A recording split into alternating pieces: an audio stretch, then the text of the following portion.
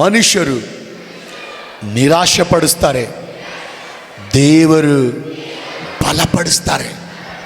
ಮನುಷ್ಯರು ನಿರಾಶೆ ಪಡಿಸ್ತಾರೆ, ದೇವರು ಬಲಪಡಿಸ್ತಾರೆ. ವಾಕ್ಯ ಓದೋಣ. ನೆಹೆಮೀಯನ ಬರೆದ ಪುಸ್ತಕ 4ನೇ ಅಧ್ಯಾಯ 1-3.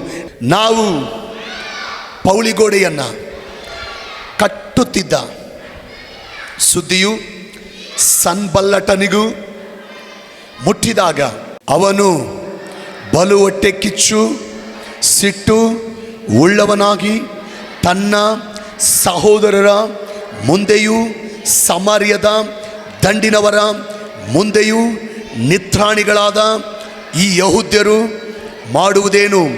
ಇವರು ತಮ್ಮನ್ನು ಬಲಪಡಿಸಿಕೊಳ್ಳಬೇಕೆಂದಿರುವರೋ? ಯಜ್ಞವನ್ನು ಅರ್ಪಿಸುವರೋ? ಇವತ್ತೇ ಈ ಕೆಲಸವನ್ನು ತೀರಿಸುವರೇನು? ಸುಟ್ಟು ಹೋದ ಪಟ್ಟಣದ ಧೂಳಿನ ರಾಶಿಯೊಳಗೆ ಒಗಿದು ಹೋದ ಕಲ್ಲುಗಳನ್ನು ಬದುಕಿಸುವರೇನೋ ಎಂದು ಹೇಳಿ ಯಹೂದ್ಯರನ್ನು ಗೇಲಿ ಮಾಡಿದನು.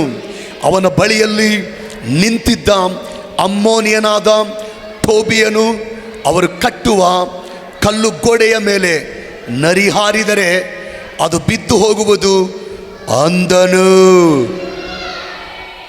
ಇಲ್ಲಿ ನಾನು ಈಗ ವಾಕ್ಯ ಓದಿದಂಥ ಸಂದರ್ಭ ಏನಂದರೆ, ಯೆರೂಸಲೇಮಿನಲ್ಲಿ ಆಲಯ ಬಿದ್ದೋಗಿದೆ, ಪೌಳಿಗೋಡೆ ಬಿದ್ದೋಗಿದೆ. ಪೌಳಿಗೋಡೆ ಬಿದ್ದೋಗಿದೆ ಅಂದರೆ ಆಲಯ ಬಿದ್ದೋಗಿದೆ, ಪ್ರಾರ್ಥನಾ ಸ್ಥಳ ಬಿದ್ದೋಗಿದೆ, ಪ್ರಾರ್ಥನಾ ಮಂದಿರ ಬಿದ್ದೋಗಿದೆ.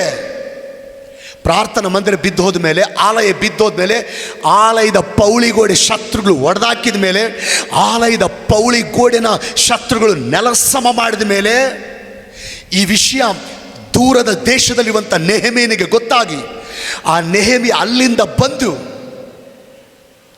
ಬಂದು ಕಣ್ಣೀರಿನಿಂದ ಕೆಲವು ದಿವಸಗಳವರೆಗೆ, ಕೆಲವು ವಾರಗಳವರೆಗೆ ಕಣ್ಣೀರಿನಿಂದ ಉಪವಾಸ ಪ್ರಾರ್ಥನೆ ಮಾಡ್ತಾನೆ. ಆಲಯ ಬಿದ್ದೋಗಿದ್ದು ನೆನೆಸಿ, ದೇವ್ರ ಮಕ್ಕಳಿಗೆ ಆಲಯ ಇಲ್ಲದನ್ನು ನೆನೆಸಿ, ಪ್ರಾರ್ಥನಾ ಮಂದಿರ ಶತ್ರುಗಳು ನೆಲಸಮ ಮಾಡಿದ ನೆನೆಸಿ ನೆಹೆಮೀಯ ಕಣ್ಣೀರು ಬಿಟ್ಟು ಪ್ರಾರ್ಥನೆ ಮಾಡ್ತಾನೆ, ಉಪವಾಸವಾಗಿ ಪ್ರಾರ್ಥನೆ ಮಾಡ್ತಾನೆ. ಅದು ಸಾಲದೆ ಅಷ್ಟು ಅಲ್ಲದೆ ಎಲ್ಲ ದೇವ ಜನರನ್ನು ಒಟ್ಟುಗೂಡಿಸಿ, ಯಹೂದ್ಯರನ್ನು ಒಟ್ಟುಗೂಡಿಸಿ, ನೋಡು ನಾವು ಪ್ರತಿ ವಾರ ಪ್ರಾರ್ಥನೆ ಮಾಡುವಂಥ ಆಲಯ ಬಿದ್ದೋಗಿದೆ, ಆರಾಧನಾ ಸ್ಥಳ ಶತ್ರುಗಳು ಒಡೆದಾಕಿದ್ದಾರೆ, ನೆಲಸಮ ಮಾಡಿದ್ದಾರೆ. ಅದಕ್ಕೋಸ್ಕರ ನಾವೆಲ್ಲರೂ ಮತ್ತೆ ಆಲಯ ಕಟ್ಟನಂತ ಅವ್ರನ್ನ ಪ್ರೋತ್ಸಾಹ ಮಾಡ್ತಾನೆ, ಎನ್ಕರೇಜ್ ಮಾಡ್ತಾನೆ. ಆಲಯ ಕಟ್ಟಲಿಕ್ಕೆ ಅವ್ರ ಒಳಗಡೆ ಭಾರ ತುಂಬ್ತಾನೆ, ಆಸಕ್ತಿ ತುಂಬ್ತಾನೆ, ವೈರಾಗ್ಯ ತುಂಬ್ತಾನೆ. ಎಲ್ಲರೂ ಸಹ ನೆಹೆಮೀಯನ ಮಾತನ್ನು ಕೇಳಿ ಪ್ರೋತ್ಸಾಹಗೊಂಡು ಆಲಯ ಕಟ್ಟುವಂಥ ಕೆಲಸಕ್ಕೆ ಕೈ ಹಾಕಿದ್ದಾರೆ. ಕೇಳಿಸ್ಕೋ, ಆಲಯ ಕಟ್ಟುವಂಥ ಕೆಲಸಕ್ಕೆ ಕೈ ಹಾಕಿದಾಗ ಕೆಲವು ಜನ ಬಂದು ಏನು ಮಾತಾಡ್ತಾರೆ ಗೊತ್ತಾ? ಸನ್ಬಲ್ಲಟನು ಟೋಬಿಯನು ಬಂದು ಮಾತಾಡ್ತಾರೆ. ಏನಂತ ಮಾತಾಡ್ತಾರೆ ಗೊತ್ತಾ? ನಿಮ್ಮ ಕೈಯಿಂದ ಆಲಯ ಕಟ್ಟಕ್ಕಾಗುತ್ತಾ? ನೀವು ಆಲಯ ಕಟ್ತೀರಾ? ಆಲಯ ಕಟ್ಟೋದಂದ್ರೆ ಏನು ಈಸಿ ಅನ್ಕೊಂಡಿರಾ? ಆಲಯ ಕಟ್ಟೋದಂದ್ರೆ ಏನು ಮಾಮೂಲಿ ಅನ್ಕೊಂಡಿರಾ? ಏನು ಒಂದೇ ದಿನದಾಗ ಆಲಯ ಕಟ್ಟು ಮುಗಿಸ್ತೀರಾ? ನಿಮ್ಮ ಕೈಯಿಂದ ಆಗುತ್ತೆ ಆಲಯ ಕಟ್ಟಲಿಕ್ಕೆ? ನಿಮ್ಮಿಂದ ಸಾಧ್ಯನ ಆಲಯ ಕಟ್ಟಲಿಕ್ಕೆ? ನೀವು ಒಂದು ವೇಳೆ ನೀವು ಆಲಯ ಕಟ್ಟಿದ್ರೆ ಹೆಂಗಿರುತ್ತಂದ್ರೆ, ಒಂದು ನರಿ ಆ ಗೋಡೆ ಮೇಲೆ ಎಗರಿದ್ರೆ ಅದು ಬಿದ್ದೋಗುತ್ತೆ, ಹಂಗಿರುತ್ತೆ ಅಂತ ನಿರಾಶೆ ಪಡಿಸುವಂಥ ಮಾತುಗಳಿಂದ ಸನ್ಬಲ್ಲಟನು ಮತ್ತು ಟೋಬಿಯನು ನಿರಾಶೆ ಪಡಿಸುವಂಥ ಮಾತುಗಳಿಂದ ನೆಹೆಮೀಯನನ್ನು ನಿರಾಶೆ ಪಡಿಸಿದ್ದಾರೆ, ದುಃಖ ಪಡಿಸಿದ್ದಾರೆ, ಬೇಜಾರು ಮಾಡಿದ್ದಾರೆ, ನಿರಾಶೆ ಪಡಿಸುವಂಥ ಮಾತುಗಳಿಂದ ಕುಗ್ಗಿಸಿದ್ದಾರೆ. ನೆಹೆಮೀಯನ ಈ ಮಾತುಗಳನ್ನ ಕೇಳಿಸ್ಕೊಂಡು ಒಂದು ಮೂಲೆಯಲ್ಲಿ ಹೋಗಿ ಪರಲೋಕದ ದೇವರಿಗೆ, ಅಯ್ಯ, ನಾನು ಆಲಯ ಕಟ್ಟಬೇಕಂತ ಇದ್ದರೆ, ನಾವೆಲ್ಲರೂ ಆಲಯ ಕಟ್ಟಬೇಕಂತ ಪ್ರೋತ್ಸಾಹಗೊಂಡ್ರೆ ಈ ಸನ್ಬಲ್ಲಟನು ಮತ್ತು ಟೋಬೆಯನು ನಿರಾಶೆ ಪಡಿಸ್ತಾರಯ್ಯ. ನಿಮ್ಮ ಕೈಯಿಂದ ಆಲಯ ಕಟ್ಟಕ್ಕಾಗುತ್ತಾ? ನಿಮ್ಮ ಕೈಯಿಂದ ಆಲಯ ಕಟ್ಟಕ್ಕೆ ಸಾಧ್ಯನಾ? ನಿಮ್ಗಷ್ಟು ತಾಕತ್ತಿದೆಯಾ? ನಿಮ್ಗಷ್ಟು ದಮ್ಮಿದೆಯಾ? ನಿಮ್ಗಷ್ಟು ಸಾಮರ್ಥ್ಯ ಇದೆಯಾ? ನಿಮ್ಮ ಕೈಲಿಂದ ಆಗುತ್ತಾ? ನಿರಾಶೆ ಪಡಿಸುವಂಥ ಮಾತುಗಳಿಂದ ನಮ್ಮನ್ನು ನಿರಾಶೆ ಪಡಿಸ್ತಾರಯ್ಯ, ನಮ್ಮನ್ನು ಡಿಸ್ಕರೇಜ್ ಮಾಡ್ತಾರಯ್ಯ, ನಮ್ಮನ್ನು ಕುಗ್ಗಿಸ್ತಾರಯ್ಯ. ಅಯ್ಯ, ಈ ಆಲಯ ಕಟ್ಟಿ ಪೂರೈಸಲಿಕ್ಕೆ ನೀನೇ ಸಹಾಯ ಮಾಡಯ್ಯ, ನೀನೇ ಎಲ್ಪ್ ಮಾಡಯ್ಯ, ನೀನೇ ಕೃಪೆ ತೋರಿಸಯ್ಯ ಅಂತ ನೆಹೆಮೀಯನು ಪರಲೋಕದ ದೇವರಿಗೆ ಪ್ರಾರ್ಥನೆ ಮಾಡಿದಾನೆ. ಪರಲೋಕದ ದೇವರು ನೆಹೆಮೀಯನ ಪ್ರಾರ್ಥನೆ ಕೇಳಿ ಆಲಯ ಕಟ್ಟಿ ಪೂರೈಸುವಂತೆ ನೆಹೆಮೀಯನಿಗೆ ದೇವರು ಸಹಾಯ ಮಾಡಿದಾನೆ. ಆಮೇನ್. ಮಗನಿ ಮಗಳೇ, ಸಹೋದರ ಸಹೋದರಿ, ಈ ದಿನ, ಈ ಪರಿಶುದ್ಧ ದಿನ, ಈ ವಾಕ್ಯದ ಮೂಲಕ ದೇವ್ರು ನಿನ್ನ ಜೊತೆಗೆ ಏನು ಮಾತಾಡ್ತಾರೆ ಗೊತ್ತಾ? ನಿನ್ನ ಕೈಯಿಂದ ಸೈಟ್ ತಗೊಳಕ್ಕಾಗುತ್ತಾ? ನಿನ್ನ ಕೈಯಿಂದ ಸೈಟ್ ತಗೊಳಕ್ಕಾಗುತ್ತಾ ಅಂತ ಕೆಲವು ಜನ ನಿಮ್ಮನ್ನು ನಿರಾಶೆ ಪಡಿಸ್ತಾ ಇದ್ದಾರಾ? ನಿರಾಶೆ ಪಡಿಸಿ ಮಾತಾಡ್ತಾ ಇದ್ದಾರಾ? ಚಿಂತಿಸಬೇಡ್ರಿ. ಹಲ್ಲೆಲೂಯಾ. ದೇವರು ನಿಮ್ಮನ್ನು ಬಲಪಡಿಸಿ ನೀವು ಸ್ವಂತ ಸೈಟ್ ತಕ್ಕೊಳ್ಳುವಂತೆ ದೇವರು ಕೃಪೆ ತೋರಿಸ್ತಾನೆ. ನಿಮ್ಮ ಕೈಯಲ್ಲಿ ಸ್ವಂತ ಮನೆ ಕಟ್ಟಕ್ಕಾಗುತ್ತಾ? ನಿಮ್ಮ ಕೈಯಲ್ಲಿ ಸ್ವಂತ ಮನೆ ಕಟ್ಟಕ್ಕಾಗುತ್ತಾ? ನೀವು ಸ್ವಂತ ಮನೆ ಕಟ್ತೀರಾ ಅಂತ ಕೆಲವು ಜನ ನಿಮ್ಮನ್ನು ನಿರಾಶೆ ಪಡಿಸಿ ಮಾತಾಡ್ತಾರಾ? ಕುಗ್ಗೋಗ್ಬೇಡ್ರಿ. ದೇವರು ನಿಮ್ಮನ್ನು ಬಲಪಡಿಸಿ ಸ್ವಂತ ಮನೆ ಕಟ್ಕೊಳ್ಳುವಂತೆ ದೇವರು ಕೃಪೆ ತೋರಿಸ್ತಾನೆ. ನೀವು ಸ್ವಂತ ಬಿಸಿನೆಸ್ ಮಾಡ್ತೀರಾ, ನೀವು ಸ್ವಂತ ದುಡಿಮೆ ಮಾಡ್ತೀರಾ, ನೀವು ಸ್ವಂತ ಬಿಸಿನೆಸ್ ಮಾಡ್ತೀರಾ, ನೀವು ಬಿಸಿನೆಸ್ ಸಕ್ಸಸ್, ನಿಮ್ಮ ಬಿಸಿನೆಸ್ಸಲ್ಲಿ ಸಕ್ಸಸ್ ಆಗ್ತೀರಾ, ನಿಮ್ಮ ದುಡಿಮೆಯಲ್ಲಿ ಸಕ್ಸಸ್ ಆಗ್ತೀರಾ ಅಂತ ಕೆಲವು ಜನ ನಿಮ್ಮನ್ನು ನಿರಾಶೆ ಪಡಿಸಿ ಮಾತಾಡ್ತಾರಾ? ಸೋತೋಗಬೇಡ್ರಿ, ಕುಗ್ಗಿ ಹೋಗಬೇಡ್ರಿ, ನಿರಾಶೆಗೊಳ್ಬೇಡ್ರಿ. ದೇವರು ಬಲಪಡಿಸಿ ನಿಮ್ಮ ಬಿಸಿನೆಸ್ಗಳು ಸಕ್ಸಸ್ ಆಗುವಂತೆ, ನಿಮ್ಮ ದುಡಿಮೆಗಳು ಸಕ್ಸಸ್ ಆಗುವಂತೆ ದೇವರು ಕೃಪೆ ತೋರಿಸ್ತಾನೆ. ನಿಮ್ಮ ಕೈಲಿ ಓದೋಕ್ಕಾಗುತ್ತಾ? ನಿಮ್ಮ ಕೈಲಿ ಒಳ್ಳೆ ಮಾರ್ಕ್ಸ್ ತಗೊಳಕ್ಕಾಗುತ್ತಾ? ನಿಮ್ಮ ಕೈಲಿ ಒಳ್ಳೆ ಜಾಬಿಗೆ ಹೋಗೋಕ್ಕಾಗುತ್ತಾ ಅಂತ ಕೆಲವು ಜನ ನಿಮ್ಮನ್ನು ನಿರಾಶೆ ಪಡಿಸಿ ಮಾತಾಡ್ತಾರೆ. ನಿಮ್ಮ ಕೈಲಿ ಓದೋಕ್ಕಾಗುತ್ತಾ? ನಿಮ್ಮ ಕೈಲಿ ಒಳ್ಳೆ ಮಾರ್ಕ್ಸ್ ತಗೊಳಕ್ಕಾಗುತ್ತಾ? ನಿಮ್ಮ ಕೈಯಲ್ಲಿ ಒಳ್ಳೆ ಪರ್ಸೆಂಟೇಜ್ ತಗೊಳಕ್ಕಾಗುತ್ತಾ? ನಿಮ್ಮ ಕೈಲಿ ಒಳ್ಳೆ ಜಾಬಿಗೆ ಹೋಗೋಕ್ಕಾಗುತ್ತಾ ಅಂತ ಕೆಲವು ಜನ ನಿಮ್ಮ ನಿರಾಶೆ ಪಡಿಸಿ ಮಾತಾಡ್ತಾರಾ? ಕುಗ್ಗೋಗ್ಬೇಡ್ರಿ, ಸೋತೋಗ್ಬೇಡ್ರಿ. ದೇವರು ನಿಮ್ಮನ್ನು ಬಲಪಡಿಸಿ ನಿಮ್ಮ ವಿದ್ಯಾಭ್ಯಾಸದಲ್ಲಿ ಒಳ್ಳೆ ಯಶಸ್ಸು ನೋಡುವಂತೆ, ಒಳ್ಳೆ ಜಾಬಿಗೆ ಹೋಗುವಂತೆ ನನ್ನ ದೇವರು ಕೃಪೆ ತೋರಿಸ್ತಾನೆ. ನಿಮ್ಮ ಕೈಯಲ್ಲಿ ಮಕ್ಕಳ ಮದುವೆ ಮಾಡೋಕ್ಕಾಗುತ್ತೆ, ನಿಮ್ಮ ಕೈಯಲ್ಲಿ ಮಕ್ಕಳ ಮದುವೆ ಮಾಡೋಕ್ಕಾಗುತ್ತೆ, ನಿಮ್ಮ ಕೈಯಲ್ಲಿ ಮಕ್ಕಳ ಮದುವೆ ಮಾಡೋಕ್ಕಾಗುತ್ತಂತ ಕೆಲವು ಜನ ನಿಮ್ಮ ನಿರಾಶೆ ಪಡಿಸಿ ಮಾತಾಡ್ತಾರಾ? ಕೊರಗಬೇಡ್ರಿ, ಬಾಧೆ ಪಡಬೇಡ್ರಿ, ದುಃಖ ಪಡಬೇಡ್ರಿ. ದೇವರು ವಾಗ್ದಾನ ಮಾಡ್ತಾನೆ. ದೇವರು ನಿಮ್ಮನ್ನು ಬಲಪಡಿಸಿ, ದೇವರು ನಿಮ್ಮನ್ನು ಬಲಪಡಿಸಿ ನಿಮ್ಮ ಮಕ್ಕಳ ಮದುವೆನ ಗ್ರ್ಯಾಂಡ್ ಆಗಿ ಮಾಡುವಂಥ ದೇವರು ಕೃಪೆ ತೋರಿಸ್ತಾನೆ. ಇವತ್ತು ಈ ವಾಕ್ಯನ ಆನ್ಲೈನ್ನಲ್ಲಿ ನೋಡುವವರಿಗೆ ಒಂದು ಮಾತು ಹೇಳ್ತೀನಿ, ಹಲ್ಲೆಲೂಯಾ.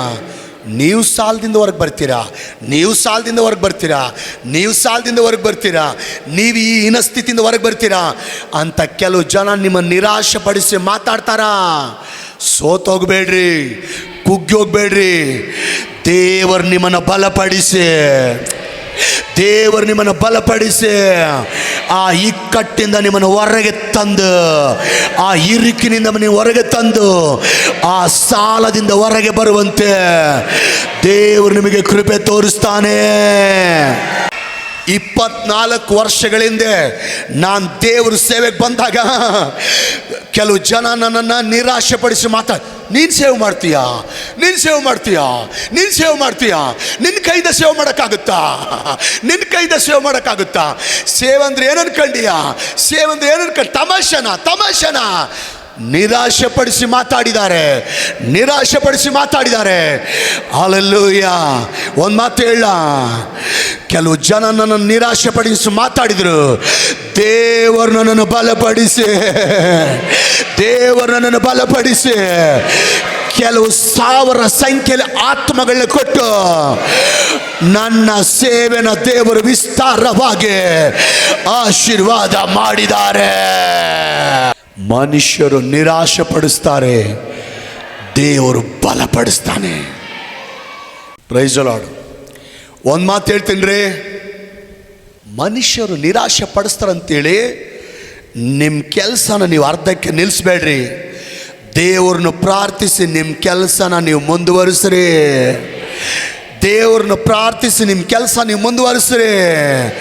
ಖಚಿತವಾಗಿ ನಿಮ್ಮ ಕೆಲಸಗಳು ಸಫಲವಾಗುವಂತೆ ದೇವ್ರು ಕಾರ್ಯ ಮಾಡ್ತಾನೆ.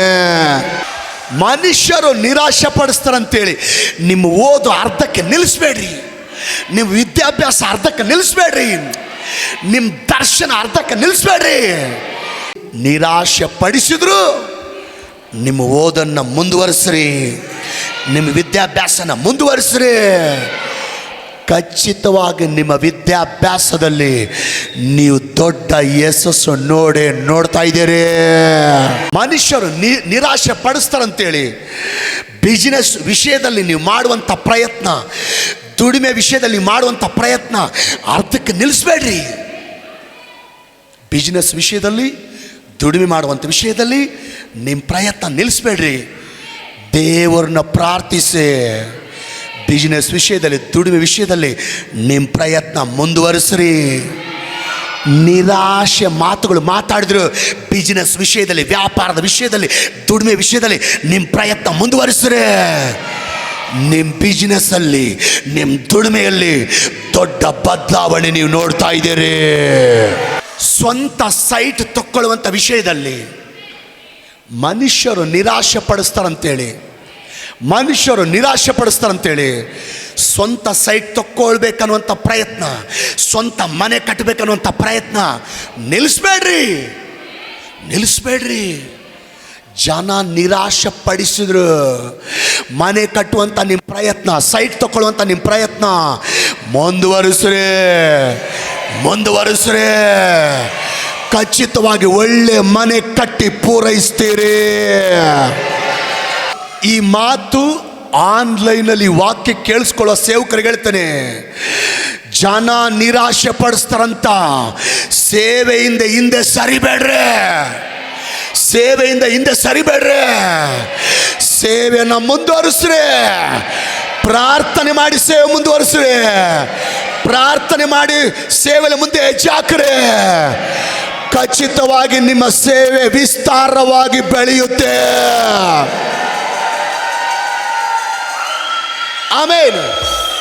ಆಮೇನ್. ಹಲ್ಲೆಲೂಯಾ. Praise the Lord. ಜನ ನಿರಾಶೆ ಮಾಡಿದ್ರು, ನಿಮ್ಮ ಗುರಿನ ಅರ್ಧಕ್ಕೆ ನಿಲ್ಲಿಸ್ಬೇಡ್ರಿ. ನೀವು ಒಳಗಡೆ ಇಟ್ಕೊಂಡ ಗುರಿನ ಅರ್ಧಕ್ಕೆ ನಿಲ್ಲಿಸ್ಬೇಡ್ರಿ. ನಿರಾಶೆ ಪಡಿಸಿದ್ರು ನಿಲ್ಲಿಸ್ಬೇಡ್ರಿ. ಪ್ರಾರ್ಥನೆ ಮಾಡಿ ನಿಮ್ಮ ಗುರಿನ ಮುಂದುವರಿಸ್ರಿ. ದೇವರ ಆತ್ಮ ಹೇಳ್ತಾನೆ, ಆ ಗುರಿ ನೀವು ಮುಟ್ಟುತ್ತೀರಿ.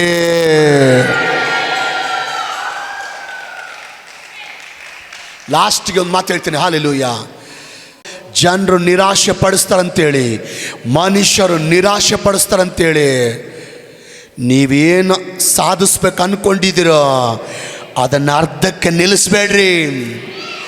ಸಾಧಿಸ್ಬೇಕಂತ ಇರೋದನ್ನ ಅರ್ಧಕ್ಕೆ ನಿಲ್ಲಿಸ್ಬೇಡ್ರಿ. ಪ್ರಾರ್ಥನೆ ಮಾಡಿ ಪ್ರಯತ್ನ ಮುಂದುವರಿಸ್ರಿ. ನೀವು ಅನ್ಕೊಂಡಿದ್ದು ಸಾಧಿಸ್ತೀರಿ. ಹಲ್ಲೆಲೂಯಾ. ಮನುಷ್ಯರು ನಿರಾಶೆ ಪಡಿಸ್ತಾರೆ, ದೇವರು ಬಲಪಡಿಸ್ತಾನೆ. ಎಲ್ಲರೂ ಬೇಡವೆಂದು ತಳ್ಳಿಬಿಟ್ಟ ಕಲ್ಲು ನಾನು, ಮೂಲೆಗಲ್ಲಾಗಿ ನಿಲ್ಲಿಸಿದ ದೇವ ನೀನು. ಮನುಷ್ಯರು ನಿರಾಶೆ ಪಡಿಸಿದ್ರು, ಇವತ್ತು ಕೈಗಳೆತ್ತಿದಂಥ ನಿಮ್ಮನ್ನ ನನ್ನ ದೇವರು ಮುಖ್ಯವಾದ ಮೂಲೆಗಲ್ಲಾಗಿ ನಿಲ್ಲಿಸಲಿಕ್ಕೆ ಹೋಗ್ತಾ ಇದ್ದಾರೆ. ಹಲ್ಲೆಲೂಯ. ಆಮೆನ್. ಮನುಷ್ಯರು ನಿರಾಶೆ ಪಡಿಸಿದ್ರೆ, ಜೋರಾಗಿ ಹೇಳ್ರಮ್ಮ, ಹಿಂದೆ ಇರೋರು, ಮನುಷ್ಯರು ನಿರಾಶೆ ಪಡಿಸಿದ್ರೆ ದೇವರು ಬಲಪಡಿಸುತ್ತಾನೆ. ಪಕ್ಕದವ್ರು ಕೈ ಕೊಟ್ಟು ಹೇಳ್ರಿ, ಅಕ್ಕ, ಅಣ್ಣ, ಬ್ರದರ್, ಸಿಸ್ಟರ್, ಮನುಷ್ಯರು ನಿರಾಶೆ ಪಡಿಸ್ತಾರಂತ ಕೂಗಿ ಹೋಗ್ಬೇಡ. ದೇವರು ಬಲಪಡಿಸ್ತಾನೆ, ದೇವರು ಬಲಪಡಿಸ್ತಾನೆ.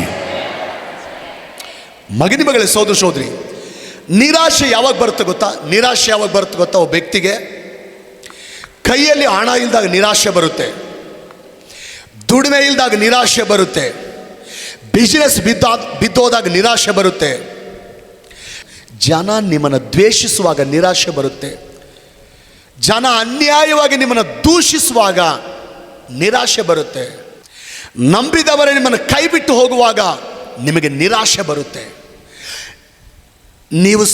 ನೀವು ಸಹಾಯ ಮಾಡಿದವರೇ ನಿಮಗೆ ವಿರೋಧ ಮಾಡುವಾಗ ನಿಮಗೆ ನಿರಾಶೆ ಬರುತ್ತೆ, ನಿಮ್ಮ ಪಕ್ಷ ನಿಲ್ಲಬೇಕಾದವರೇ ನಿಮ್ಮ ಪಕ್ಷ ನಿಲ್ಲದೆ ಇರುವಾಗ ನಿಮಗೆ ನಿರಾಶೆ ಬರುತ್ತೆ, ನೀವು ನಿರೀಕ್ಷಿಸಿದಷ್ಟು ಬೆಳೆ ನಿಮಗೆ ಸಿಗದೇ ಇರುವಾಗ ನಿರಾಶೆ ಬರುತ್ತೆ, ನೀವು ನಿರೀಕ್ಷಿಸಿದಷ್ಟು ದುಡಿಮೆ ನಿಮಗೆ, ಬಿಸಿನೆಸ್ಸು ನಿಮಗೆ ಆಗದಿರುವಾಗ ನಿರಾಶೆ ಬರುತ್ತೆ. ಸೇವಕರಿಗೆ ಕೂಡ ನಿರೀಕ್ಷಿಸಿದಷ್ಟು ಸೇವೆ ಬೆಳೆಯದೇ ಇರುವಾಗ ನಿರಾಶೆ ಬರುತ್ತೆ. ಕೆಲವು ಜನ ನಿಮ್ಮ ಪ್ರತಿ ಕೆಲಸಗಳಿಗೆ ಅಡ್ಡಗಾಲು ಹಾಕುವಾಗ ನಿರಾಶೆ ಬರುತ್ತೆ. ಕರೆಕ್ಟಾ ನಾನು ಹೇಳಿದ್ದು?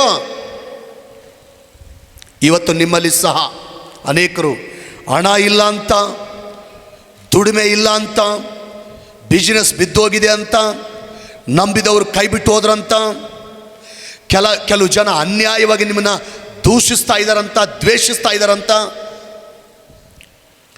ಕೆಲವು ಜನ ನಿಮ್ಮ ಪ್ರತಿ ಕೆಲಸಗಳಿಗೆ ಅಡ್ಡಗಾಲಾಗ್ತಾರಂತ, ಸಹಾಯ ಮಾಡಬೇಕಾದವರೇ ನಿಮಗೆ ವಿರೋಧವಾಗಿ ನಿಂತ್ಕೊಂಡಿದ್ದಾರಂತ, ನೀವು ಅನ್ಕೊಂಡಿದ್ದು ಸಾಧಿಸಲಿಲ್ಲ ಅಂತ, ಗುರಿ ಮುಟ್ಲಿಲ್ಲ ಅಂತ, ಒಂದು ವೇಳೆ ನೀವು ಇವತ್ತು ನಿರಾಶೆಯಲ್ಲಿ ಹಾದು ಹೋಗ್ತಾ ಇದ್ದೀರಾ, ನಿರಾಶೆಯಲ್ಲಿ ಹಾದು ಹೋಗ್ತಾ ಇದ್ದೀರಾ, ಇವತ್ತು ಈ 2025 ಆಗಸ್ಟ್ ತಿಂಗಳು 4ನೇ ವಾರದಲ್ಲಿ ಸಾಗುತ್ತಿರುವಂಥ ದೇವ್ರ ಮಕ್ಕಳಿಗೆ ದೇವರು ವಾಗ್ದಾನ ಮಾಡ್ತಾನೆ. ನಿರಾಶೆಯಲ್ಲಿರುವಂಥ ಪ್ರತಿ ವ್ಯಕ್ತಿಗೆ, ನಿರಾಶೆಯಲ್ಲಿರುವಂಥ ಪ್ರತಿ ಸ್ತ್ರೀಗೆ, ನಿರಾಶೆಯಲ್ಲಿರುವಂಥ ಪ್ರತಿ ಕುಟುಂಬಕ್ಕೆ, ನಿರಾಶೆಯಲ್ಲಿರುವಂಥ ಪ್ರತಿ ಸೇವಕನಿಗೆ, ನಿರಾಶೆಯಲ್ಲಿ ಸಾಗುತ್ತಿರುವಂಥ ಪ್ರತಿ ವಿದ್ಯಾರ್ಥಿಗಳಿಗೆ, ನಿರಾಶೆಯಲ್ಲಿ ಸಾಗುತ್ತಿರುವಂಥ ಪ್ರತಿ ಬಿಸಿನೆಸ್ ಮ್ಯಾನ್ಗಳಿಗೆ ದೇವರು ವಾಗ್ದಾನ ಮಾಡ್ತಾನೆ. ನಾನು ಯಾವ ರೀತಿಯಾಗಿ ನೆಹೆಮೀಯನ ಜೀವಿತದಲ್ಲಿ ಆಲಯ ಕಟ್ಟುವ ವಿಷಯದಲ್ಲಿ ಅದ್ಭುತ ಮಾಡಿ ನಿರಾಶೆಯಿಂದ ಹೊರಗೆ ತಂದಿನೋ, ಅದೇ ರೀತಿಯಲ್ಲಿ ನಿಮ್ಮ ಕುಟುಂಬದಲ್ಲಿ ಅದ್ಭುತ ಮಾಡಿ, ನಿಮ್ಮ ಮಕ್ಕಳ ಜೀವಿತದಲ್ಲಿ ಅದ್ಭುತ ಮಾಡಿ, ನಿಮ್ಮ ಗಂಡನ ಜೀವಿತದಲ್ಲಿ ಅದ್ಭುತ ಮಾಡಿ, ನಿಮ್ಮ ಬಿಸಿನೆಸ್ ಅಲ್ಲಿ ಅದ್ಭುತ ಮಾಡಿ, ನಿಮ್ಮ ಸೇವೆಯಲ್ಲಿ ಅದ್ಭುತ ಮಾಡಿ, ನಿಮ್ಮನ್ನು ನಿರಾಶೆಯಿಂದ ಹೊರಗಡೆ ತರ್ತಾ ಇದ್ದೇನೆ. ನೆಹೆಮೀಯನ ಜೀವಿತದಲ್ಲಿ ಅದ್ಭುತ ಮಾಡಿ ನಿರಾಶೆಯಿಂದ ಹೊರಗೆ ತಂದ ದೇವರು ಈ ಆಲಯದಲ್ಲಿ ನಿರಾಶೆಯಿಂದ ಕುಳಿತ ನಿನ್ನನ್ನು ಕೂಡ, ನಿನ್ನ ಜೀವಿತದಲ್ಲಿ ಕೂಡ ಅದ್ಭುತ ಮಾಡಿ ನಿರಾಶೆಯಿಂದ ಹೊರಗೆ ತರ್ತಾ ಇದ್ದಾನೆ. ಹಂಗೇ ರೀ ರಕ್ತಕುಸುಮ ರೋಗಿಗೆ ರಕ್ತಕುಸುಮ ರೋಗ ಬಂದು ಮರಣಕರವಾದಂಥ ಸ್ಥಿತಿ ಬಂದು, ಕೇಳು, ಸಾಯುವಂಥ ಸ್ಥಿತಿಯಲ್ಲಿದ್ದಾಳೆ. ಡಾಕ್ಟ್ರುಗಳು ಹೇಳಿದ ಮಾತೇನು ಗೊತ್ತಾ? ಅಮ್ಮ ನೀನು ಉಳಿಯಲ್ಲ, ಮಗಳೇ ನೀನು ಉಳಿಯಲ್ಲ, ಸಿಸ್ಟರ್ ನೀನು ಉಳಿಯಲ್ಲ, ಸಹೋದರಿ ನೀನು ಉಳಿಯಲ್ಲ. ಡಾಕ್ಟ್ರುಗಳು ನಿರಾಶೆಪಡಿಸಿ ಮಾತಾಡಿದ್ದಾರೆ, ವೈದ್ಯರು ನಿರಾಶೆಪಡಿಸಿ ಮಾತಾಡಿದ್ದಾರೆ. ಆದರೆ ನಾನು ನೀನು ಆರಾಧನೆ ಮಾಡುವ యేసయ్య ಆಕೆನ ಸ್ವಸ್ಥಪಡಿಸಿ, ಆಕೆನ ಗುಣಪಡಿಸಿ, ಆಕೆನ ಬಲಪಡಿಸಿದಾನೆ. ಯಾಯಿರನ ಮಗಳು ಸತ್ತೋಗಿದ್ದಾಳೆ, ಒಬ್ಬಳೆ ಮಗಳು ಸತ್ತೋಗಿದ್ದಾಳೆ. ಯಾಯಿರನ ಮಗಳು ಸತ್ತೋಗಿದ್ದಾಳೆ. ಯಾಯಿರನ ಸಂಬಂಧಿ ಒಬ್ಬನು ಬಂದು, ಯಾಯಿರನ ರಿಲೇಷನ್ ಒಬ್ಬನು ಬಂದು, ಯಾಯಿರ ನಿನ್ನ ಮಗಳು ಸತ್ತೋಗಿದ್ದಾಳೆ, ನಿನ್ನ ಮಗಳು ಸತ್ತೋದ್ಲು, ಗುರುವಿಗೆ ತೊಂದರೆ ಕೊಡಬೇಡ. ನನ್ನ ಮಗಳು ಸತ್ತೋದ್ಲಾ, ನನ್ನ ಮಗಳು ಸತ್ತೋದ್ಲಾ, ನನ್ನ ಮಗಳು ಸತ್ತೋದ್ಲಾ, ನನ್ನ ಮಗಳು ಸತ್ತೋದ್ಲಾ? ಹೌದು, ನಿನ್ನ ಮಗಳು ಸತ್ತೋದ್ಲು. ಯಾಯಿರನ ಸಂಬಂಧಿ ಯಾಯಿರನಿಗೆ ನಿರಾಶೆ ಪಡಿಸುವ ಮಾತುಗಳನ್ನ ಮಾತಾಡಿದ್ದಾನೆ. ಯಾಯಿರನ ಸಂಬಂಧಿ ಯಾಯಿರನಿಗೆ ನಿರಾಶೆ ಪಡಿಸುವಂಥ ಮಾತುಗಳನ್ನ ಮಾತಾಡಿದ್ದಾನೆ. ಆದರೆ ನಾನು ನೀನು ಆರಾಧನೆ ಮಾಡುವ యేసయ్య, ನಾನು ನೀನು ಆರಾಧನೆ ಮಾಡುವ యేసయ్య, ಯಾಯಿರ ಅಂಜಬೇಡ, ನಿನ್ನ ಮಗಳು ಬದುಕೋಳಂತೇಳಿ ಯಾಯಿರನ ಮಗಳನ್ನು ತಿರುಗಿ ಎಬ್ಬಿಸಿ ಯಾಯಿರನನ್ನು ಬಲಪಡಿಸಿದಾನೆ. ಸನ್ಬಟ್ಟಲನು ಮತ್ತೆ ಟೋಬಿಯನು, ನಿನ್ನ ಕೈಲಿ ಆಲಯ ಕಟ್ಟಕ್ಕಾಗುತ್ತಾ? ನಿನ್ನ ಕೈಲಿ ಆಲಯ ಕಟ್ಟ ತಿರುಕನ ಕನಸು ಕಾಣ್ತೀಯ, ತಿರುಕನ ಕನಸು. ನಿರಾಶೆ ಪಡಿಸಿದ್ದಾರೆ. ದೇವ್ರ ಮುಂದೆ ಹತ್ತಿದ್ದಾನೆ ನೆಹೆಮೀಯನು. ದೇವರು ಆಲಯ ಕಟ್ಟಿ ಪೂರೈಸುವಂತೆ ಮಾಡಿ ನೆಹೆಮೀಯನನ್ನು ದೇವರು ಬಲಪಡಿಸಿದಾನೆ. ಆ ನೆಹೆಮೀಯನ ದೇವರು, ಆಮೇಲೆ ಬರಲಿಲ್ಲಮ್ಮ, ಆ ನೆಹೆಮೀಯನ ದೇವರು, ಆ ರಕ್ತ ಕುಸುಮ ರೋಗಿಯ ದೇವರು, ಆ ದಾವೀದನ ದೇವರು ಈ ಭಾನುವಾರ ದಿನ ನಿರಾಶೆಯಲ್ಲಿ ಸಿಕ್ಕಾಕೊಂಡ ನಿನ್ನನ್ನು ಕೂಡ ನಿರಾಶೆಯಿಂದ ಹೊರಗೆ ತರ್ತಾ ಇದ್ದಾನೆ. ನಿನ್ನ ಮಕ್ಕಳನ್ನ ನಿರಾಶೆಯಿಂದ ಹೊರಗೆ ತರ್ತಾ ಇದ್ದಾನೆ. ನಿನ್ನ ಗಂಡನನ್ನ ನಿರಾಶೆಯಿಂದ ಹೊರಗೆ ತರ್ತಾ ಇದ್ದಾನೆ. ನಿನ್ನ ಕುಟುಂಬದಲ್ಲಿ ಅದ್ಭುತ ಮಾಡಿ ನಿರಾಶೆಯಿಂದ ಹೊರಗೆ ತರ್ತಾ ಇದ್ದಾನೆ. ನಿರಾಶೆಯಲ್ಲಿ ಮುಳುಗಿರುವ ಪ್ರತಿ ವ್ಯಕ್ತಿ ಜೀವಿತದಲ್ಲಿ ದೇವರು ಅದ್ಭುತ ಮಾಡಿ ನಿರಾಶೆಯಿಂದ ಹೊರಗೆ ಬರಲಿ. ನಿರಾಶೆಯಲ್ಲಿ ಮುಳುಗಿರುವ ಪ್ರತಿ ಸ್ತ್ರೀ ಜೀವಿತದಲ್ಲಿ ದೇವರು ಅದ್ಭುತ ಮಾಡಿ, ನಿರಾಶೆಯಲ್ಲಿ ಮುಳುಗಿದ ಪ್ರತಿ ಸ್ತ್ರೀ ಜೀವಿತದಲ್ಲಿ ದೇವರು ಅದ್ಭುತ ಮಾಡಿ ನಿಮ್ಮ ನಿರಾಶೆಯಿಂದ ಹೊರಗೆ ತರಲಿ. ನಿರಾಶೆಯಲ್ಲಿ ಮುಳುಗಿದ ಪ್ರತಿ ಕುಟುಂಬದಲ್ಲಿ ದೇವರು ಅದ್ಭುತ ಮಾಡಿ ಆ ಕುಟುಂಬನ ನಿರಾಶೆಯಿಂದ ಹೊರಗೆ ತರಲಿ. ಯೇಸು ನಾಮದಲ್ಲಿ ನಿರಾಶೆಯಲ್ಲಿ ಮುಳುಗಿರುವ ಪ್ರತಿ ಸೇವಕನ ಜೀವಿತದಲ್ಲಿ ದೇವರು ಅದ್ಭುತ ಮಾಡಿ ಆ ಸೇವಕನ ನಿರಾಶೆಯಿಂದ ಹೊರಗೆ ತರಲಿ. ಈ ವಾಕ್ಯನ ಆನ್ಲೈನಲ್ಲಿ ವೀಕ್ಷಣೆ ಮಾಡುವಂಥವರು, ಆಮೇನ್, ದೇವರು ನಿಮ್ಮ ಜೀವಿತದಲ್ಲಿ ಅದ್ಭುತ ಮಾಡಿ ನಿಮ್ಮನ್ನು ನಿರಾಶೆಯಿಂದ ಹೊರಗೆ ತರಲಿ.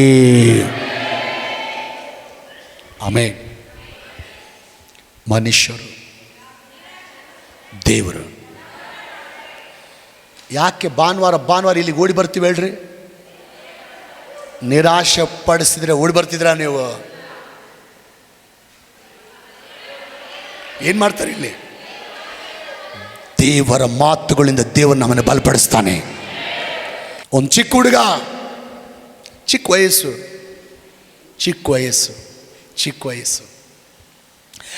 ಆ ಚಿಕ್ಕ ವಯಸ್ಸಿರುವಾಗಲೇ ತಾಯಿ ಸತ್ತೋಗ್ತಾಳೆ, ತಾಯಿ ತೀರಿ ಹೋಗ್ತಾಳೆ, ತಾಯಿ ಕಣ್ಣು ಮುಚ್ತಾಳೆ. ಸಣ್ಣ ವಯಸ್ಸಿಗೆ ತಾಯಿ ಕಳ್ಕೊಂತಾನೆ ಆ ಹುಡುಗ. ಏನು ಮಾಡಬೇಕೋ ತೋಚದ ಪರಿಸ್ಥಿತಿ, ಎಲ್ಲಿಗೆ ಹೋಗಬೇಕೋ ತೋಚದ ಪರಿಸ್ಥಿತಿ, ಯಾರ ಸಹಾಯ ಕೇಳಬೇಕೋ ತೋಚದ ಪರಿಸ್ಥಿತಿ. ಕೆಲವು ಮಕ್ಕಳಿಗೆ ತಾಯಿ ಅಂದರೆ ಭಾಳ ಅಟ್ಯಾಚ್ಮೆಂಟ್, ತಾಯಿ ಅಂದರೆ ಭಾಳ ಪ್ರೀತಿ, ತಂದೆಗಿಂತ ತಾಯಿ ಮೇಲೆ ಭಾಳ ಪ್ರೀತಿ ಕೆಲವು ಮಕ್ಕಳಿಗೆ. ಅಷ್ಟು ಪ್ರೀತಿ ಮಾಡುವಂಥ ತಾಯಿನ ಈ ಹುಡುಗನು ಚಿಕ್ಕ ವಯಸ್ಸಿಗೆ ಕಳ್ಕೊಂಡು ಆ ಚಿಕ್ಕ ವಯಸ್ಸಿಗೆ ಆ ಹುಡುಗನು ತುಂಬ ನಿರಾಶೆಯಲ್ಲಿ ಹೋದನು. ಬರೀ ತಾಯಿ ಕಳ್ಕೊಂಡಂಥ ವಿಷಯ ಮಾತ್ರ ಅಲ್ಲ, ಒಂದು ಕಡೆ ಕಷ್ಟ, ಒಂದು ಕಡೆ ಬಡತನ, ಒಂದು ಕಡೆ ಅವಮಾನ, ಒಂದು ಕಡೆ ನಿಂದೆಗಳು, ಒಂದು ಕಡೆ ಅಪಹಾಸ್ಯಗಳು, ಒಂದು ಕಡೆ ಜನರು ನಿರಾಶೆಪಡಿಸಿ ಮಾತಾಡ್ತಾರೆ. ಆತ ಎಷ್ಟೋ ಸಾರಿ ಸಾಯ್ಬೇಕಂತ ಪ್ರಯತ್ನ ಮಾಡಿದ್ದಾನೆ, ಸಾಯಕ್ಕಾಗಿಲ್ಲ.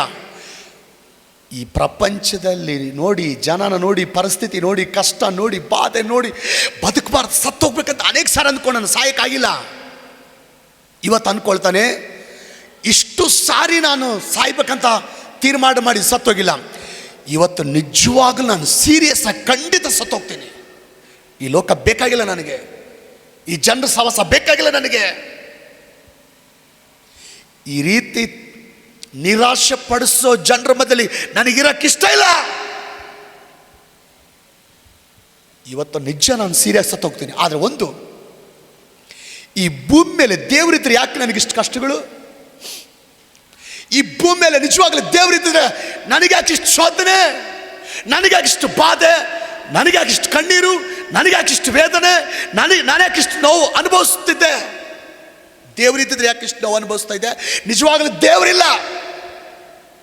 ಒಂದು ವೇಳೆ ಈ ಭೂಮಿ ಮೇಲೆ ದೇವರಂಬತ್ತ ಇದ್ರೆ, ಇವತ್ತು ರಾತ್ರಿ ನಾನು ಸಾಯೋದ್ರೊಳಗಡೆ ದೇವ್ರು ಬಂದು ಕಾಣಿಸ್ಕೊಂಡು ನನಗೆ ದರ್ಶನ ಕೊಟ್ಟು ನನ್ನ ಜೊತೆ ಮಾತಾಡಿದರೆ, ನನ್ನ ಪ್ರಾಣ ಇರೋವರೆಗೂ ನಾನು ಆತನಿಗಾಗಿ ಜೀವಿಸ್ತೇನೆ ಅಂತೇಳಿ ಮಾತಾಡಿಕೊಂಡು ಸಾಯಲಿಕ್ಕೆ ರೆಡಿ ಮಾಡ್ಕೊಳ್ತಾನೆ, ಸಾಯಲಿಕ್ಕೆ ಸಿದ್ಧತೆ ಮಾಡ್ಕೊಳ್ತಾನೆ, ಸಾಯಲಿಕ್ಕೆ ಎಲ್ಲ ರೆಡಿ ಮಾಡ್ಕೊಳ್ತಾ ಇದ್ದಾನೆ. ಮಧ್ಯರಾತ್ರಿ ಒಂದು 12 ಗಂಟೆಗೆ ಇದ್ದಕ್ಕಿದ್ದಂಗೆ ಆತನಿರುವಂಥ ಕೋಣೆಯಲ್ಲಿ ದೇವರ ಬೆಳಕು ಆವರಿಸಿದೆ, ಪರಿಶುದ್ಧಾತ್ಮನ ಬೆಳಕು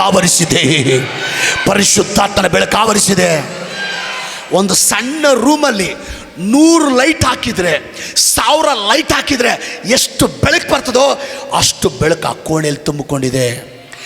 ಆ ಬೆಳಕಿನೊಳಗಿಂದ ಒಂದು ಸ್ವರ, ಮಗನೇ ನಾನೇ ಲೋಕಕ್ಕೆ ಬೆಳಕು, ನಾನೇ ಲೋಕಕ್ಕೆ ಬೆಳಕು, ನಾನೇ ಕ್ರಿಸ್ತನು, ನಿನ್ನನ್ನು ಆರಿಸಿಕೊಂಡು ಅರಸರುಗಳ ಮಧ್ಯದಲ್ಲಿ, ರಾಜರುಗಳ ಮಧ್ಯದಲ್ಲಿ, ಉನ್ನತ ವ್ಯಕ್ತಿಗಳ ಮಧ್ಯದಲ್ಲಿ ನನ್ನ ಸೇವೆಯಲ್ಲಿ ನಾನು ಉಪಯೋಗಿಸ್ತೇನೆ.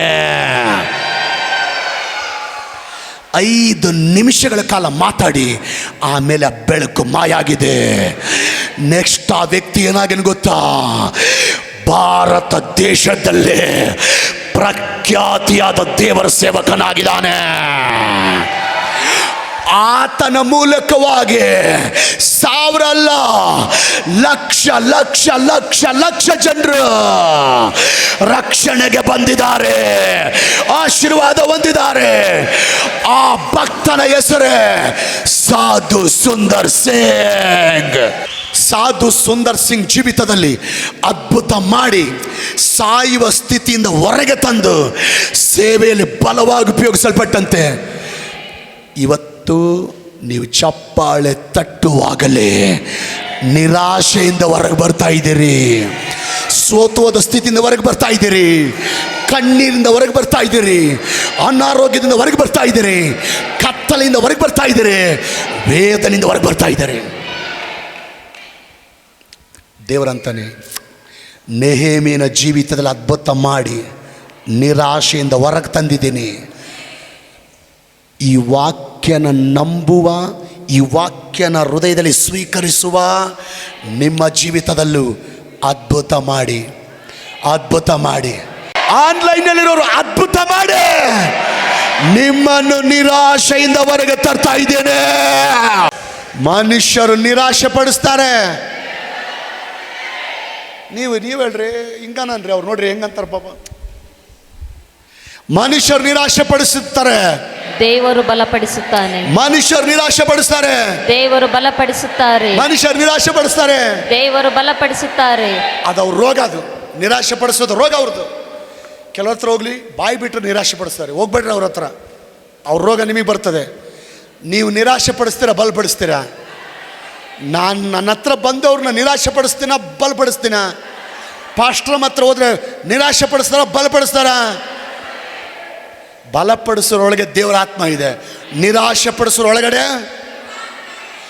ಅಯ್ಯೋ ಕಣ್ಯಾಕೆ ಒಳಗೋಗ್ಯವಲ್ಲ.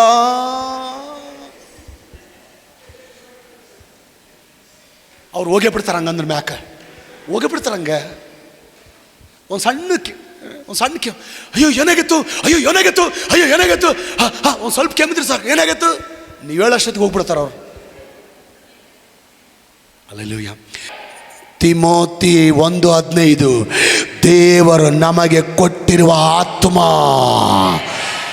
ಏಡಿತನದ ಆತ್ಮ ಅಲ್ಲ, ನಿರಾಶೆ ಪಡಿಸುವ ಆತ್ಮ ಅಲ್ಲ, ಬಲ, ಶಿಕ್ಷಣ, ಧೈರ್ಯದ ಆತ್ಮ.